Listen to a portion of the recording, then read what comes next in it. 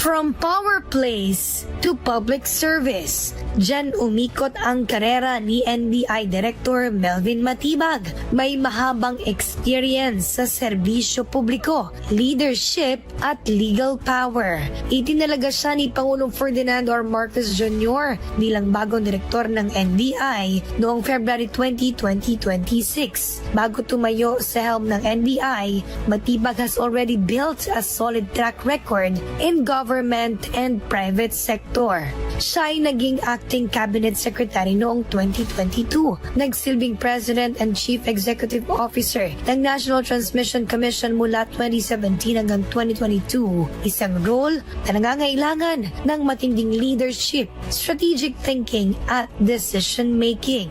2008 hanggang 2010, naging general manager din siya ng Manila International Airport Authority. Nakapagtapos ng Bachelor of Arts in Philosophy sa University of Santo Tomas, Juris Doctor sa Ateneo de Manila University School of Law at Master of Laws in Corporate and Finance Law sa Wayne State University, Michigan. 1996 nang makapasa siya sa Philippine Bar Examinations. Ngayon bilang NBI Director, bitbit ni Atty. Matibag ang misyon na panagutin ang lumalabag sa batas at siguraduhin na ang NBI ay laging one step ahead sa krimen.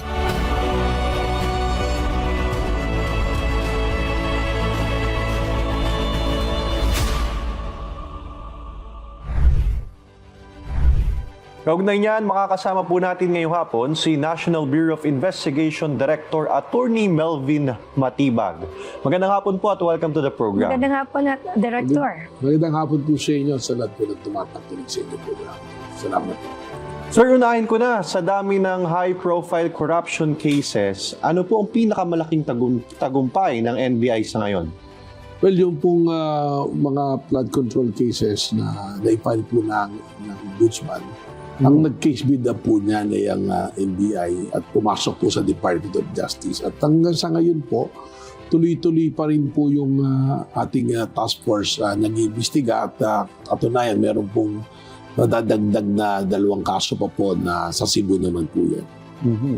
Director, itong mga napapanagot natin at patuloy na ginagawa yung efforts sa NBI, may mga sinasabi kasi na lumalakas yung tiwala nila tuwing meron kayong napapanagot na mataas na opisyal. So paano po natin tinitiyak na walang sacred cow o yung parang walang immune sa ating batas sa nagpapatuloy na investigasyon ng NBI? Well, ang basihan lang naman po ng NBI kung saan yung ebidensya patungo ay doon po kami pupunta. Pinagbabasihan po namin dito ebidensya at sumusunod kami sa proseso ng NBI at yung pong batas na umiiral. Yun po yung ating itinutungma rito. Sabi ko nga po, we are always guided by the law, by what the evidence is, by the facts, at hindi po yung personal o political na rason po.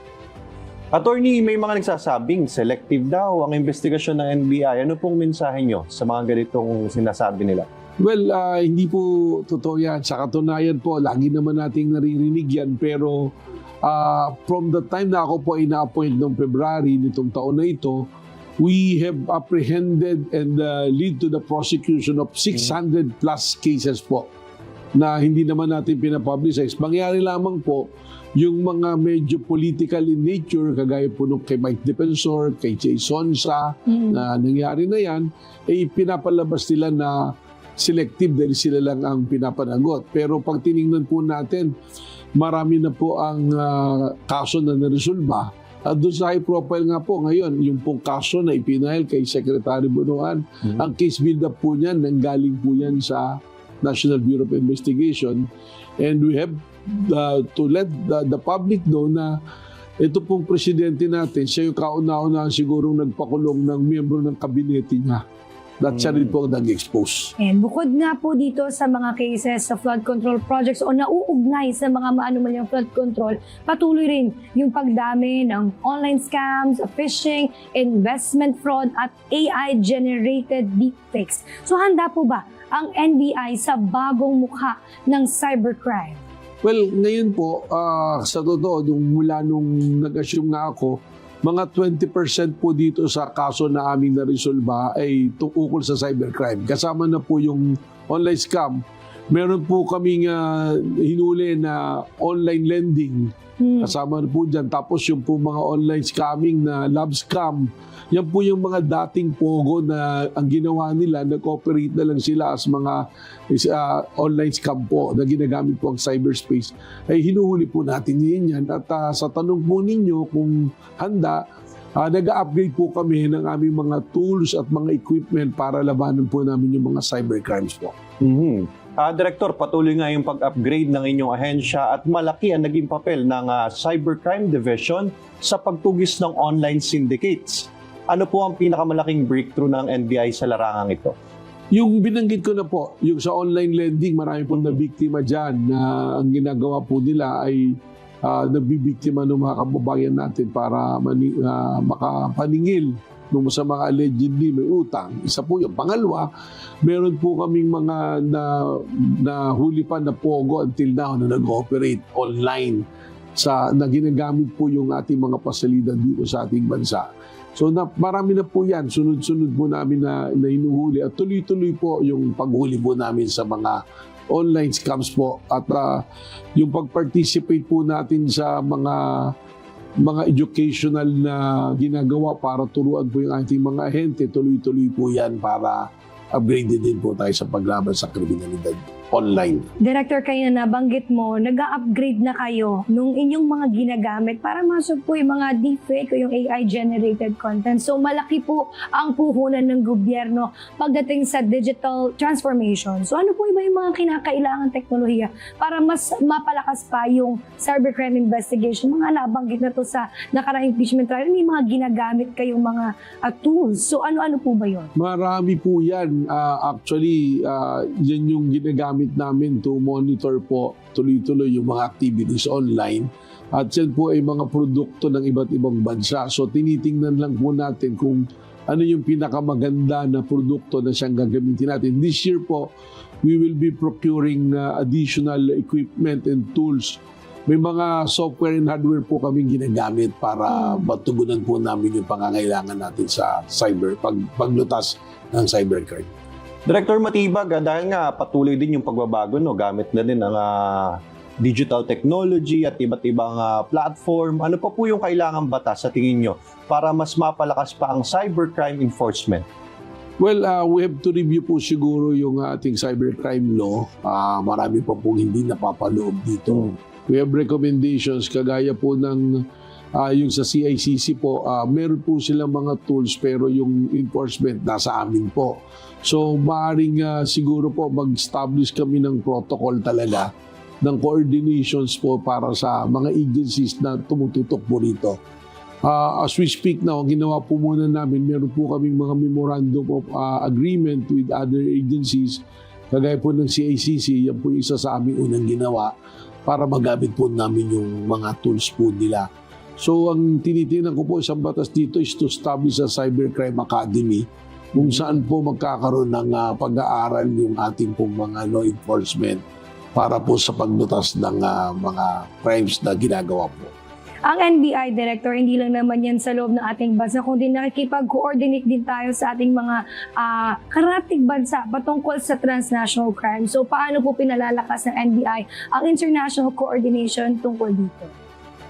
Tuloy-tuloy po yung coordination natin sa ating mga counterparts. Katunayan po, yung pong crime na USAIC, yung sa online sexual abuse and exploitation of children, saka po yung human trafficking, dyan po malakas yung European Union. And regularly po, every month, meron po kaming coordination meeting with them. Sila po yung tumutulong sa amin.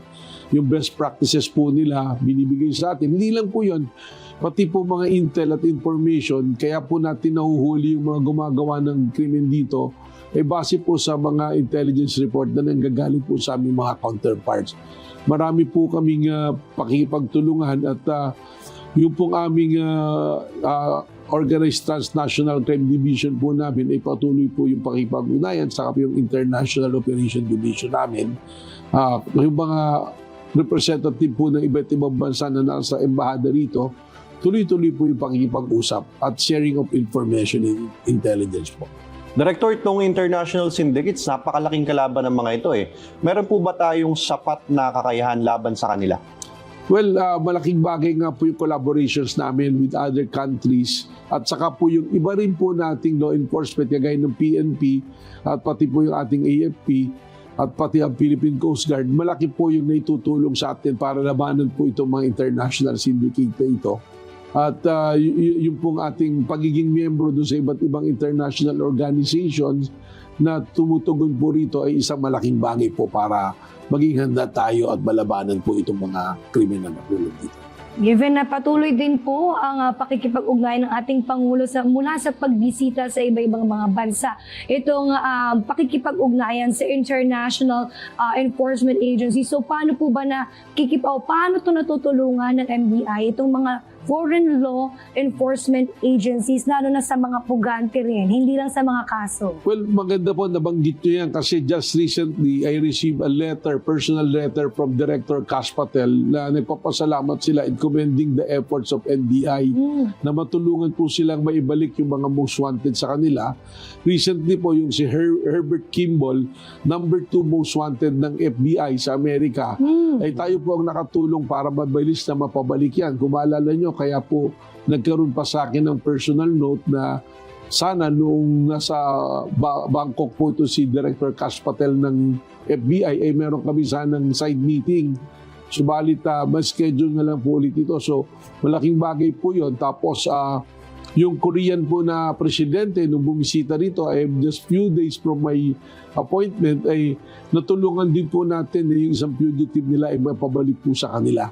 So yung pong ating international obligations para po sa ating mga counterparts ay ating pong ginagampanan yan. So hindi lang pala yung sa Hindi lang kaso dito ni sa Alice Pilipinas. Go, na hinahanap natin sa ibang bansa, natulungan tayo, pati rin pala tayo. Tama po, may reciprocity po tayo tinatawag. So tayo, tinulungan nila, tinutulungan din po tayo. Kaya po yung mga kriminal na hinahanap natin, nagtatago, pumunta sa ibang bansa, sinisiguro po natin hindi sila ligtas doon dahil nakikipagtulungan po sa atin ang ating po mga counterparts po. At talagang napakalaki ng responsibilidad, Princess, ni Director Matibag at ng NBI, hindi lang sa Pilipinas, maging yung pakikipag-tie-up nga din sa iba't ibang bansa.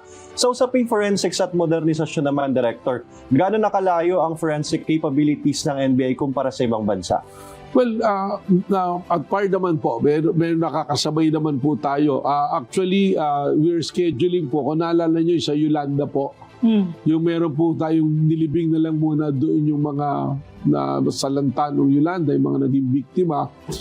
Anytime from today, i-turn over po namin sa local government yung pong naging forensic findings natin.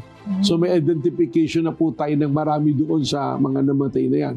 Isa po yan. Tapos, we are modernizing din, magkakaroon po ng dental records na gusto namin i-push yung dental record ng lahat po tayo para pag may sakuna at saka po meron tayong krimen na nilulutas, magamit po natin ito.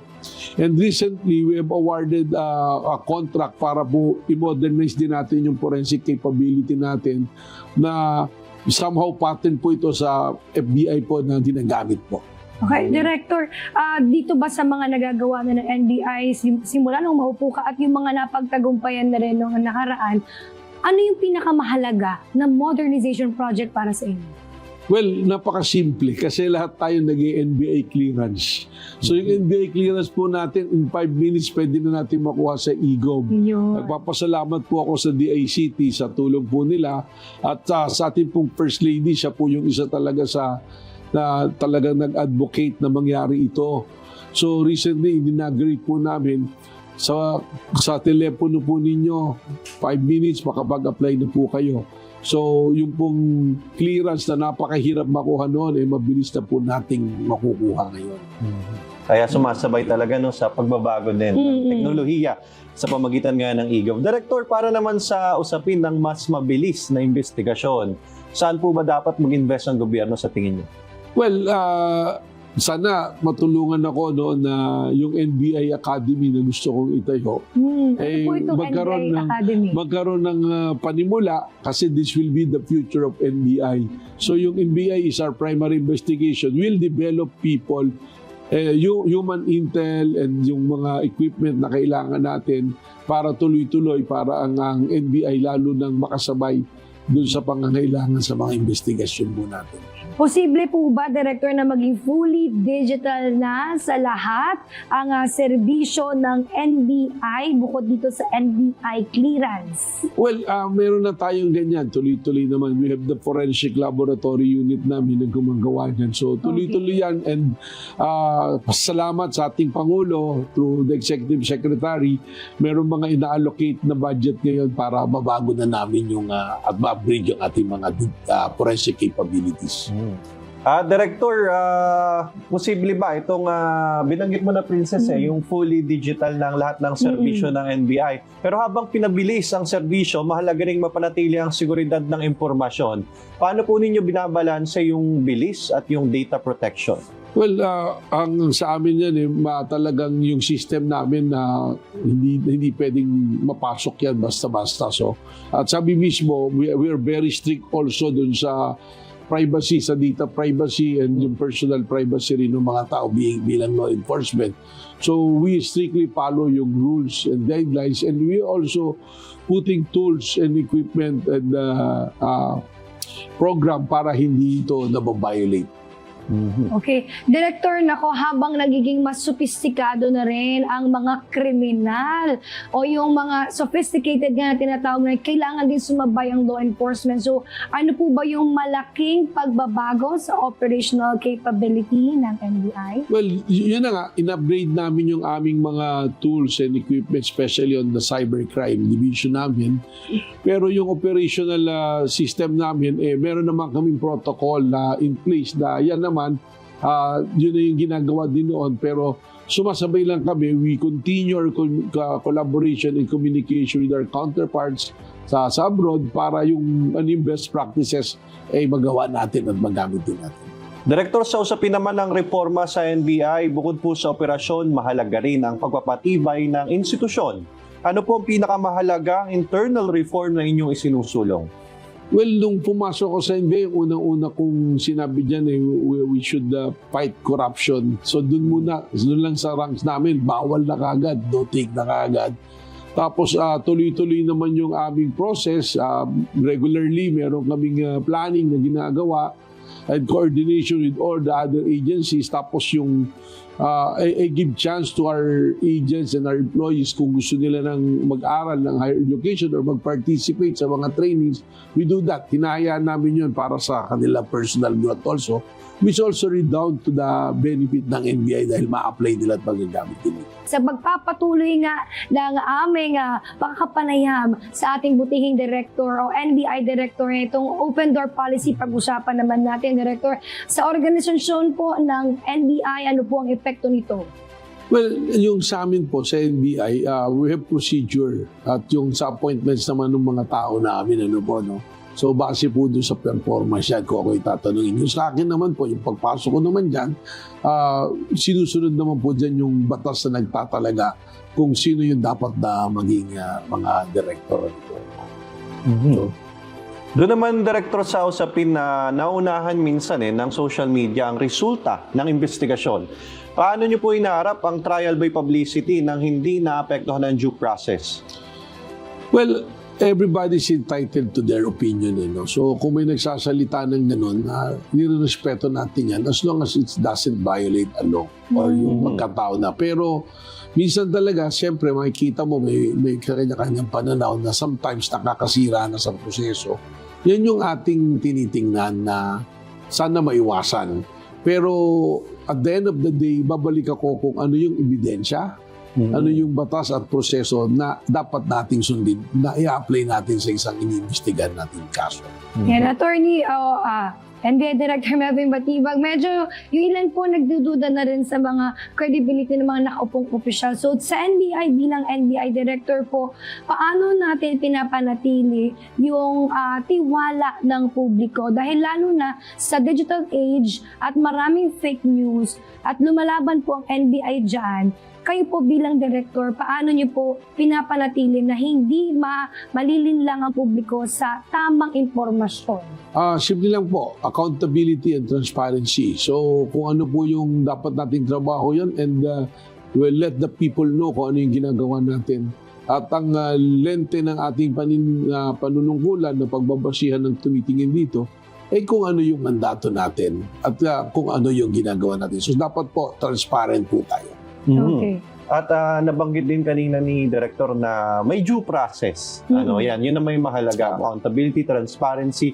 Kanina, Director, nabanggit niyo yung plano niyo, NBI Academy. At investigator training. Ano po ba yung dalawang ito? Ano ibig sabihin? Yung NBI Academy po, binigyan po kami ng BCDA ng 70 hectares para itayo namin yung aming pangarap na magkaroon ng NBI Academy. Matagal na po yung batas since 2012 na mag-establish ang NBI Academy. So meron pong ba? So itong NBI Academy will offer full courses, forensic, digital forensics, yung laboratory forensics, law enforcement, all the courses na pwede po nating ilagay dyan na magli-lead for the higher education. Parang ito na po yung parang PNPA tsaka PMA, Philippine Military Academy, Philippine National Police Academy, na kung saan ito ngayon may continuity na doon na nanggagaling yung ating mga magiging miyembro ng National Bureau of Investigation. So yung NBI Academy, somehow we will pattern it. Nag-benchmark po kami doon sa Quantico sa FBI Academy. Okay. So sana masimulan po namin ito. This will be 70 hectares na training facilities and eskwelahan. Saan po ito, Dormitory. Director? Sa New Clark City po sa Pampanga po. Katabi po ng Pac Silica. Doon po mismo. Ayun, talagang magiging talaga yung Pampanga. No? Very promising. Promising at syempre mukhang mas magiging busy area na talaga ang Clark, Pampanga. So ano naman po yung mga ginagawa natin, no, na pagtutok, lalo na sa mga bullying cases na kung mga nakaraang araw lang, iba-ibang mga klase na insidente na idatalas sa mga school. Sa ngayon po, as we speak, meron po akong mga team ng NBI na umiikot sa mga eskwelahan para makipag-ugnayan sa mga administrasyon nito, mga principal, at magkaroon din ng konting pakikipag-usap sa mga estudyante po para maliwanagan po sila. At ngayon po, nakikita namin yung pattern na eskwelahan, may mga death threats, sunod-sunod na ganyan. So, we are developing po yung relationship namin sa mga eskwelahan. And ang isa po rito proyekto na maganda namin ilulunsad sa darating na paano, magkakaroon po kami ng tinatawag na Junior NBI. Kung saan po yung mga high school students na to, tuturuan namin ng mga activities, tapos magkakaroon po sila ng mga program somehow na related sa pagiging NBI para makatulong po sa kanila to develop their personality at makatulong din po sa aming ginagawa na law enforcement. I mean, makakahikayat din ito ng mga future NBI officials. That is correct. Tama po. O yung mahilig mag-investigate. Tama po. Papangarapin nila talaga na makapasok sa NBI. Kasi tatanungin ko pa lang sana, Director, kung may balak ba kayong kasi yung usually, hinimok na iba maglagay ng PNP officials sa bawat school. So, NBI ba may mga plan? Pero yun pala may junior NBI na plan. Opo. Kakaunti po ang complement ng NBI. We're only 2,500 plus po. Ang PNPA po, 210,000. So, the best way is, yun po, makapag-training kami ng mga junior NBI. At the same time, yung discipline po. At yung panahon po ngayon, masyado ng sa social media yung mga bata, yung parang doon na sila nakatutok. Pero ito ngayon, it will develop a new discipline po sa kanila and interest to law enforcement also. Yan, interesting yan. Sana kung nag-aaral pa ako sa sana. At kasabay nun, Director, dahil nga dumarami rin yung cases sa mga paran, lalo sa mga probinsya, ay kasabay din po noon yung pagpapalakas din ng inyong mga regional offices. May mga bago po ba tayong programa para sa capability building ng mga regional offices ng NBI? Well, we're establishing yung mga offices po muna physically, maayos po namin, but the human complement, yun po yung mas kailangan. Kaya ginawa ko po, I have already promoted the almost 200 employees para mabakante po at magkaroon po kami ng recruitment process. The other day, pinirmahan ko po yung panibagong process of recruitment. So madagdagan po kami ng mga 300 pa na NBI employees and agents combination para po mas lalo namin po ma-address yung mga kriminalidad po at aming mandato. Okay. So, Director, kanina nabanggit mo na sa 20,000 kayo na sa 20,000 2,500 po. 2,500. Opo. So, medyo yung bilang po natin 2,500 and madami pa tayong kailangan tugunan. Meron ba kayong mga plano para magdagdag ng specialized units naman para sa mga bagong uri ng krimen?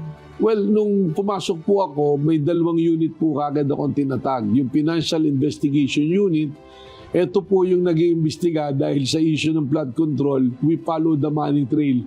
So Okay. ito po yung nakikipag-ugnayan sa mga financial institution saka sa AMLC po para po makapag-establish kami ng mga crime para po ma-access namin po yung mga records ng mga aming inimbestigahan.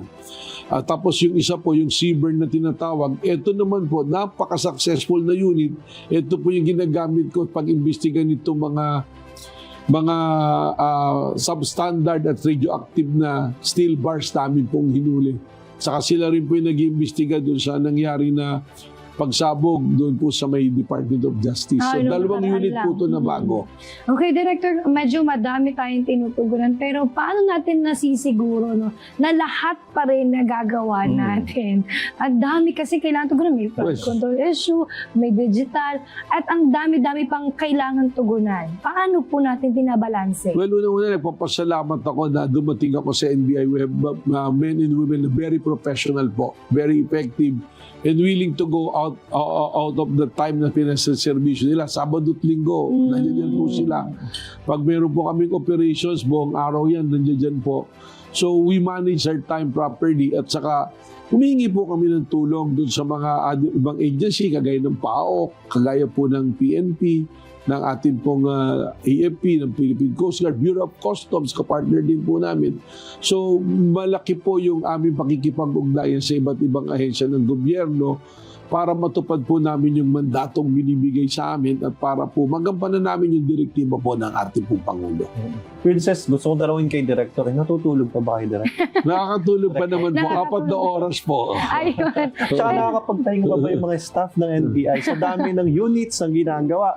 Tapos sabi nyo nga, 2,000 mahigit lang. Opo. Kayo sa ngayon ay may pahinga pa po ba ang ating mga NBI personnel? Salit-salitan, papasalamat po ako. Talagang malaki po yung sakripisyo ng ating po mga kasama sa law enforcement.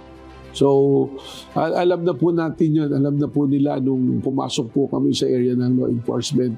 Yung importante po yun, ibigay namin talaga yung oras po namin. So, alright. Ayan, alam ko po tuloy-tuloy pa po ang serbisyo ninyo sa publiko as NBI Director. Baka yung mensahe niyo po sa publiko lalo na ngayon sa pagiging mapagmatsyag at of course yung pagiging maalam ng publiko sa mga nangyayaring krimen na kakaiba at mabudol pa sila.